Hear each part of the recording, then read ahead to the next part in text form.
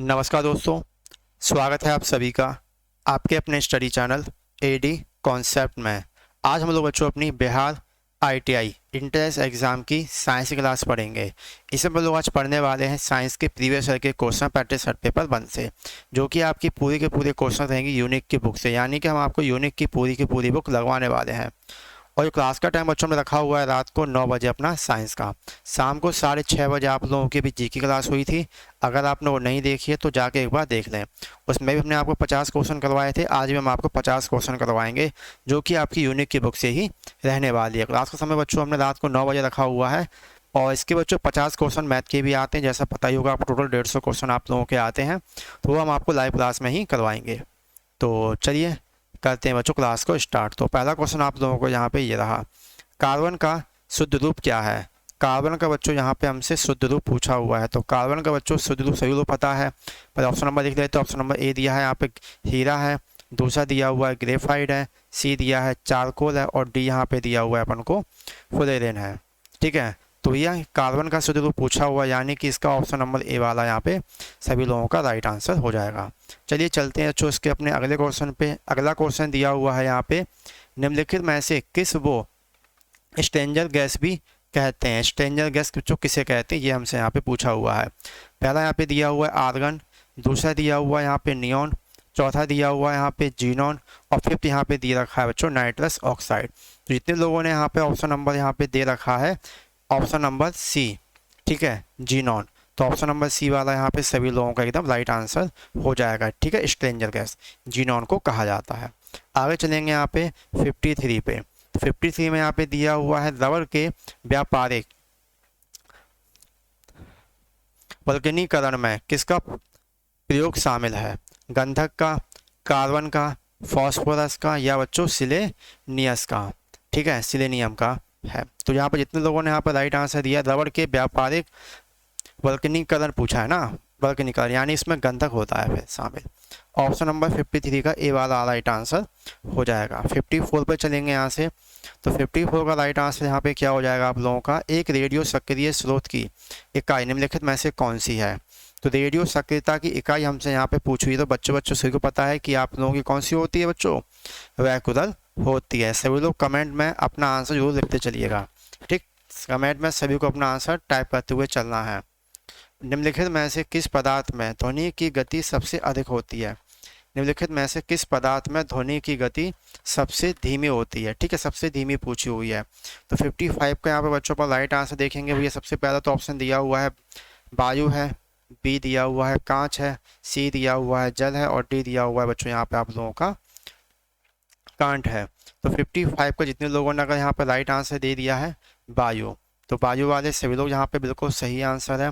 56 पे चलेंगे। तो 56 में यहाँ पे दिया है किसी पिंड के संवेग परिवर्तन की दर किसके बराबर होती है। किसी पिंड के संवेग परिवर्तन की दर किसके बराबर होती है। तो 56 का जितने लोगों ने यहाँ पर राइट आंसर दे दिया है परिणामी बल, यानी कि जितने लोगों ने यहाँ पर राइट आंसर दिया हुआ है सी, तो 56 का सी वाला सभी लोगों का राइट आंसर हो जाएगा।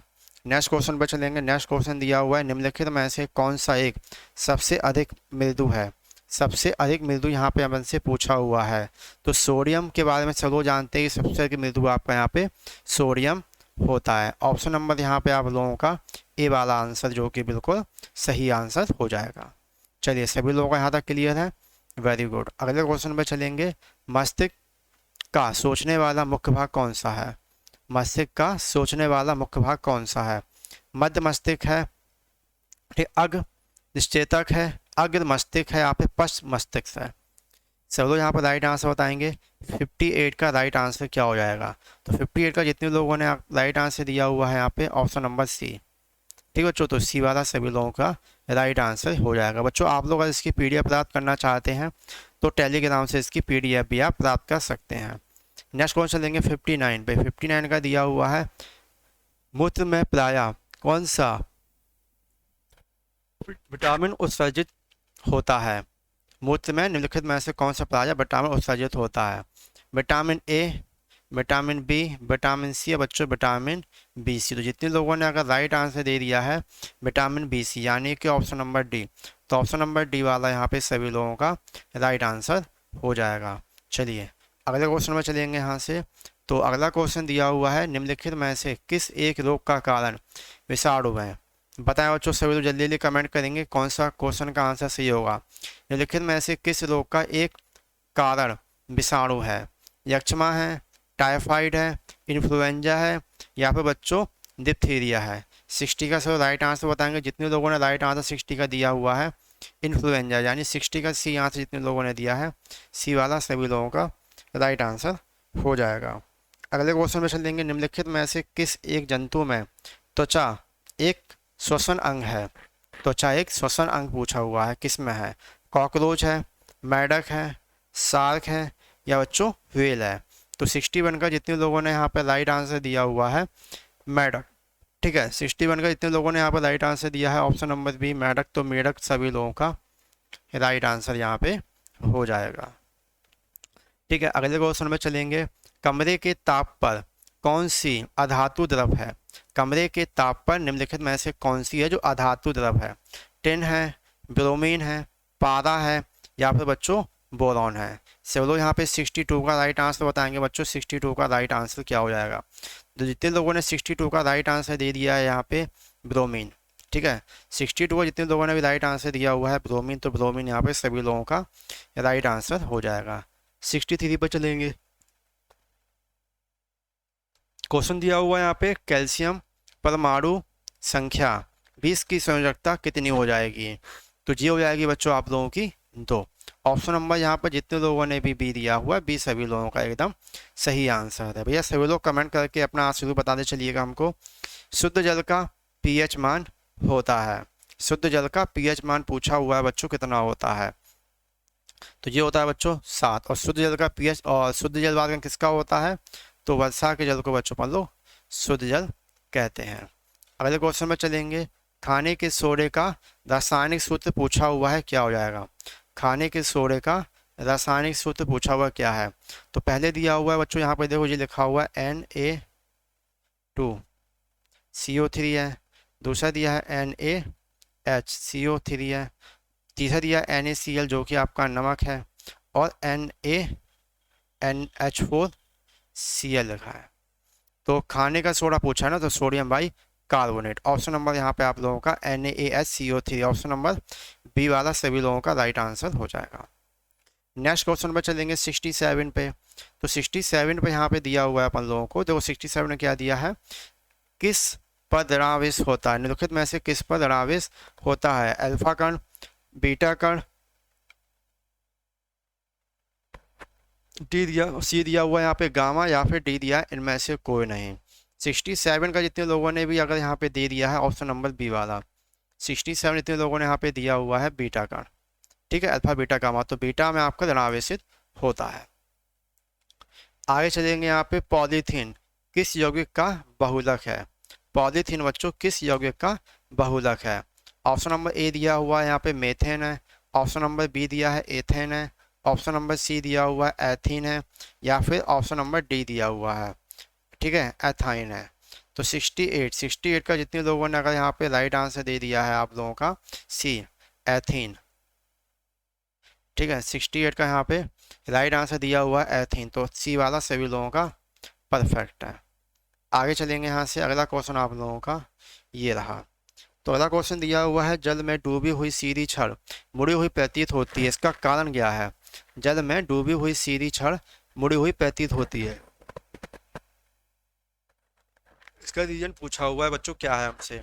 अपवर्तन है, परावर्तन है, प्रकाश किरणों की उत्क्रमणिकता है, या फिर ऑप्शन नंबर डी इनमें से कोई नहीं। तो 69 का जितने लोगों ने अगर यहाँ पे ये दे दिया है अपवर्तन, ठीक है, अपवर्तन वाले यहाँ पे सभी बच्चे एकदम राइट आंसर दिए हुए हैं, यानी कि ऑप्शन नंबर ए वाला सभी लोगों का एकदम सही है। अगले क्वेश्चन में चलेंगे, कवच युक्त जंतु किस संघ के अंतर्गत आते हैं। कवच युक्त जंतु किस संघ के अंतर्गत आते हैं। ऑप्शन नंबर, अच्छा पहले तो कवच युक्त जंतु पूछे है ना, तो ऑप्शन नंबर यहाँ पे देखो, जो पहले वाले में यहाँ पे जो दिया हुआ है वो दिया हुआ है इकाइनोडर्मेटा है। ऑप्शन नंबर बी की अगर हम बात करते हैं तो सीलेंटेटा है, और यहाँ पे सी दिया हुआ है मोलस्का है, और डी दिया हुआ आर्थ्रोपोडा है। तो कवचयुक्त जंतु पूछा हुआ, जितने लोगों ने अगर यहाँ पे सी तुक्का लगाया हुआ है ना, अगर मुलास्का, सी वाले सभी विद्यार्थी एकदम परफेक्ट आंसर दिए हैं। आगे चलेंगे, यहाँ पे नेक्स्ट दिया हुआ है 72, मनुष्य का प्रमुख उत्सर्जी उत्पाद है सॉरी, मनुष्य का प्रमुख उत्सर्जी उत्पाद है होता है, अमोनिया है, यूरिया, यूरिक अम्ल या बच्चों अमीनो अम्ल। 72 का बताएंगे, इससे तो राइट आंसर क्या दिए हैं, 72 का राइट आंसर मनुष्य का प्रमुख उत्सर्जी उत्पादक होता है। तो इतने लोगों ने 72 का राइट आंसर दिया हुआ है बच्चों, यहाँ पे क्या यूरिया वाले सभी लोग एकदम परफेक्ट आंसर दिए हुए हैं। अगले क्वेश्चन में चलेंगे, यहाँ पे बिडाल टेस्ट का संबंध किस रोग से है, बिडाल टेस्ट का संबंध किस रोग से है, मोती छरा, यानी कि मोती छरा को बोलते हैं ना टाइफाइड। ऑप्शन नंबर बी दिया है मलेरिया है, ऑप्शन नंबर सी दिया है पीतिया, ऑप्शन नंबर डी दिया हुआ है यहाँ पे हैजा। तो जितने लोगों ने इसका आंसर ए दिया हुआ है ना, बिडाल टेस्ट का संभव है टाइफाइड यानी कि मोती छला से आपका हो जाएगा। ऑप्शन नंबर ए वाला आप सभी का सही है। नेक्स्ट क्वेश्चन पर चलेंगे, तो नेक्स्ट क्वेश्चन अपना यहाँ पे दिया हुआ है कि एक गतिमान आवेशित कण उत्पन्न करता है, एक गतिमान आवेशित कण उत्पन्न करता है केवल चुंबकीय क्षेत्र, केवल वैद्युत क्षेत्र, या फिर चुंबकीय तथा वैद्युत क्षेत्र दोनों, या फिर ऑप्शन नंबर डी इनमें उपरोक्त में से कोई नहीं। ठीक, उपरोक्त में से कोई नहीं, यानी 74 का बताएंगे बच्चों सभी लोग राइट आंसर क्या होगा। जितने भी लोगों ने 74 का राइट आंसर दिया हुआ है सी, चुंबकीय तथा वैद्युत क्षेत्र दोनों। ठीक है, 74 का सी वाला सभी लोगों का राइट आंसर है। आगे चलेंगे, यहाँ पे अगला दिया हुआ है ठंडे प्रदेशों में जल के पाइप कभी कभी फट जाते हैं, क्यों, इसका रीजन पूछा हुआ है। तो तापक्रम कम होने पर बर्फ का आयतन कम होता है, या फिर तापक्रम अम्ल पर बर्फ का आयतन बढ़ जाता है, या फिर तापक्रम कम होने से जल का घनत्व कम हो जाता है, या बच्चों उपरोक्त में से कोई भी नहीं। सब बताएंगे यहाँ पे 77 का राइट आंसर क्या दिए हैं। तो इतने लोगों ने देखो 77 का राइट आंसर दिया हुआ है ऑप्शन नंबर बी के तापक्रम कम होने पर बर्फ का आयतन बच्चों क्या हो जाता है, एक्सपेंड हो जाता है, यानी बढ़ जाता है। ऑप्शन नंबर बी चलेंगे, यहाँ पे किसी ग्रह की सतह पर जी का मान निर्भर करता है केवल द्रव्यमान पर, ग्रहों की त्रिज्या पर, द्रव्यमान व त्रिज्या दोनों पर, या उपरोक्त में से कोई भी नहीं।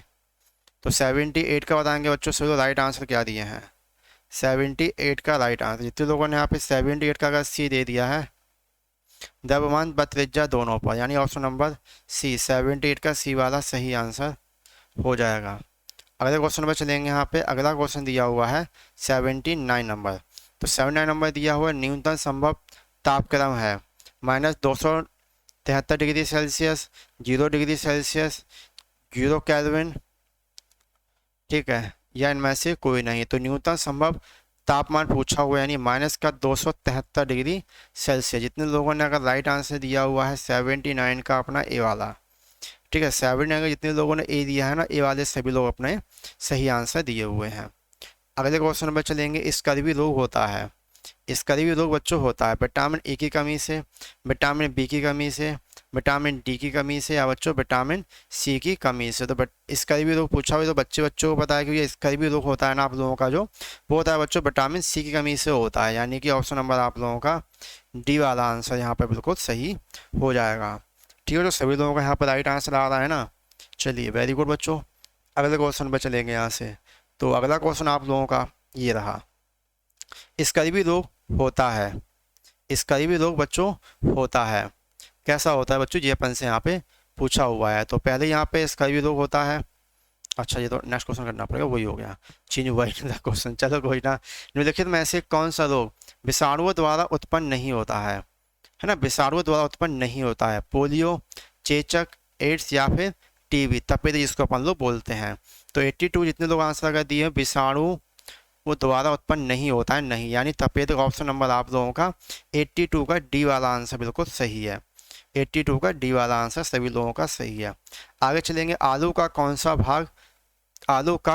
भाग खाया जाता है, तना, पत्ती, फल, या फिर फूल। आलू का कौन सा भाग खाया जाता है, तना, पत्ती, फूल, या फिर बच्चों फल।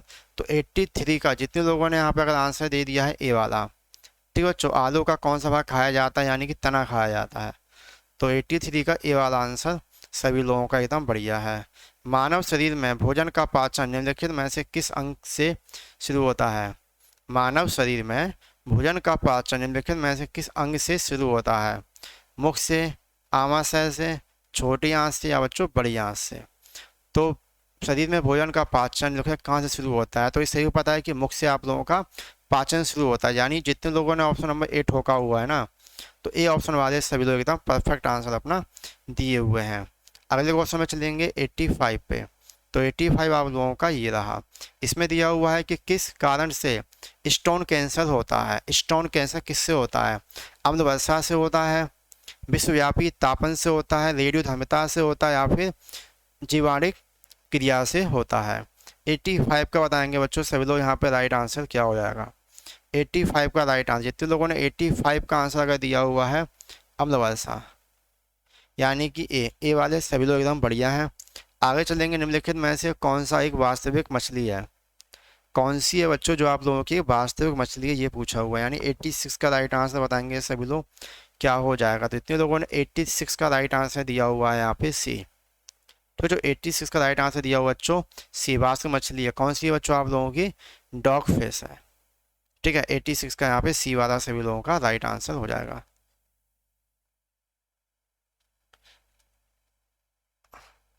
बच्चों क्वेश्चन यहाँ पर ना थोड़ा सा गड़बड़ सा लग रहा है अपन को। कौन सी वास्तविक मछली है, नहीं पूछा होना चाहिए था यहाँ पर ना। चलो अगले, कोई ना, अगले क्वेश्चन में चलते हैं। नेक्स्ट क्वेश्चन आप लोगों का ये रहा। जब कोई कार विराम से अचानक चल पड़ती है, उसमें बैठे सवार पीछे तरफ झुक जाता है, मतलब पीछे जो बैठा हुआ होता है वो क्या होता है? पीछे की तरफ झुक जाता है। उसमें बैठा सवार पीछे की तरफ झुक जाता है। यह घटना का उदाहरण है न्यूटन गति के प्रथम नियम का, न्यूटन गति के द्वितीय नियम का, न्यूटन गति के तृतीय नियम का, या फिर इनमें से कोई नहीं? तो 87 का जितने लोगों ने राइट आंसर दिया हुआ है न्यूटन गति के प्रथम नियम, इसको अपन जड़त्व का नियम भी कहते हैं। आगे चलेंगे यहाँ पे, समुद्र के जल में औसत लवण की मात्रा कितनी होती है? समुद्र के जल में औसत लवण की मात्रा पूछी हुई है बच्चों, कितनी होती है? जितने लोगों ने 88 का राइट आंसर अगर दिया हुआ है यहाँ पे सी, ठीक है, जो 88 के इतने लोगों ने राइट आंसर दिया हुआ है सी, तो सी वाले सभी लोग अपने एकदम परफेक्ट आंसर दिए हुए हैं।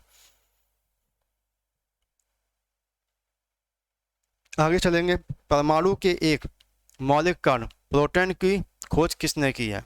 परमाणु के एक मौलिक कण प्रोटॉन की खोज बच्चों किसने की है?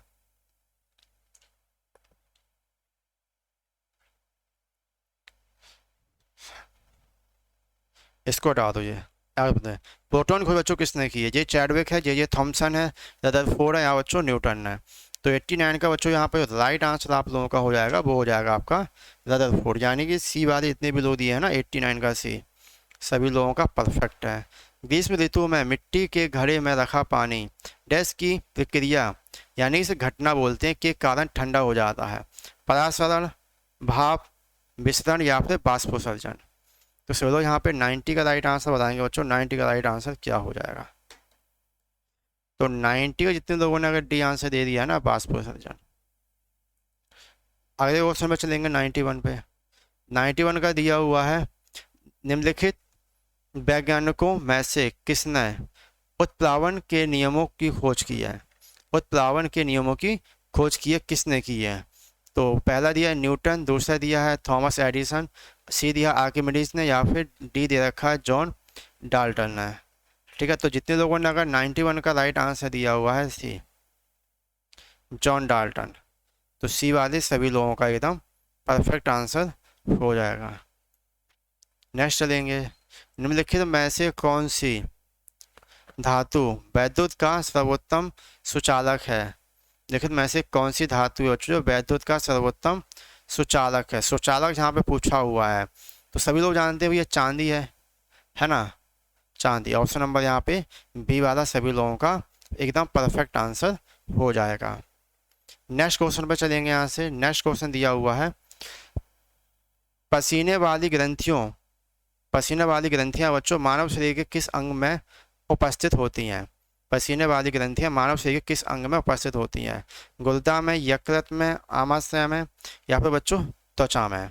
93 का बताएंगे इसको राइट आंसर क्या हो जाएगा। तो जितने लोगों ने 93 का राइट आंसर दिया, पसीने वाली ग्रंथियां हमारे किस अंग में होती हैं। तो स्किन से ही आपको पसीना आता है ना, तो ऑप्शन नंबर यहाँ पे डी वाला ठोकेंगे सभी लोग।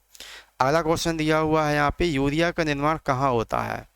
यूरिया का निर्माण बच्चों कहाँ होता है। तो यूरिया का निर्माण पूछा हुआ बच्चों कहाँ होता है। जितने लोगों ने अगर राइट आंसर दे दिया है तो ऑप्शन पढ़ लेते, कि ऑप्शन पढ़ नहीं रहे। तो पहले देखो ऑप्शन दिया है अग्नाशय है, दूसरा यकृत में, सी दिया हुआ है छोटी आंत में है, ऑप्शन नंबर डी दिया है गुर्दे में है।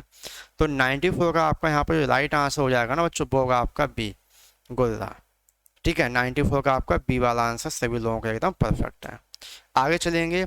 मेंडल ने मटर के पौधे को चुना क्योंकि वे आसानी से उपलब्ध थे, या फिर वे सस्ते थे, या फिर उसमें विषम दिखने वाले गुण थे, या फिर उपरोक्त सभी थे। तो जितने लोगों ने अगर 95 का राइट आंसर दिया हुआ है डी, उपरोक्त सभी, तो डी वाले सभी लोग एकदम परफेक्ट हैं। आगे चलेंगे 96 पे। 96 दिया हुआ है, प्रकाश संश्लेषण की प्रक्रिया में पौधे किस ऊर्जा का उपयोग करते हैं। प्रकाश संश्लेषण की प्रक्रिया में पौधे किस ऊर्जा का उपयोग करते हैं। जितने लोगों ने अगर राइट आंसर दिया हुआ है सौर ऊर्जा। ठीक है, सौर ऊर्जा यानी कि 96 का सी जितने लोगों ने भी दिया हुआ है, सी वाले सभी लोग एकदम बढ़िया है। आगे आ जाओ बच्चों, अगला दिया हुआ है, निम्नलिखित में से कौन से विलयन का पीएच मान न्यूनतम होता है।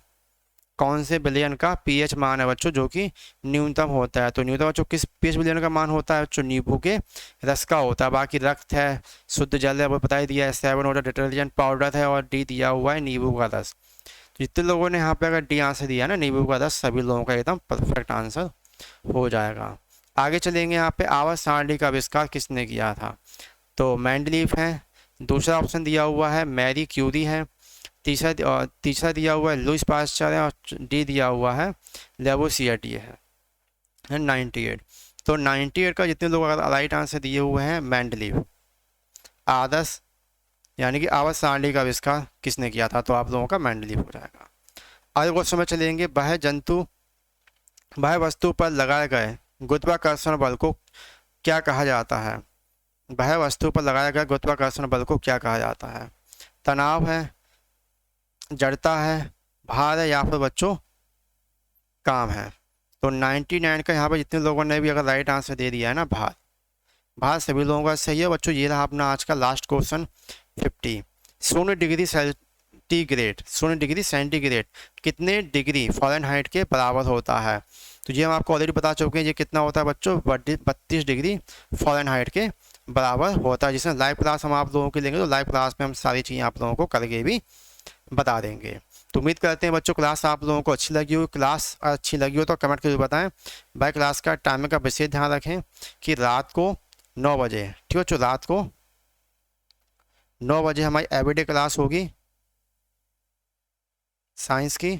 और एक क्लास बच्चों आपकी जीके यानी सामान्य अध्ययन क्लास होती है, वो होती है शाम को 6:30 बजे, जो कि आपकी आज हुई थी। ठीक है, और इसके बच्चों अगर आप PDF प्राप्त करना चाहते हैं ना, तो आप लोग हमारे टेलीग्राम से जरूर जुड़ें। वहाँ पे आपको उसकी PDF मिल जाती है, जिसको आप लोग एग्जाम टाइम रिवाइज करने में काफ़ी हेल्प हो जाएगी, जिससे आपका नेट भी बच जाएगा और इजीली आप रिवाइज कर सकोगे सारी चीज़ें। चलिए बच्चों, थैंक यू।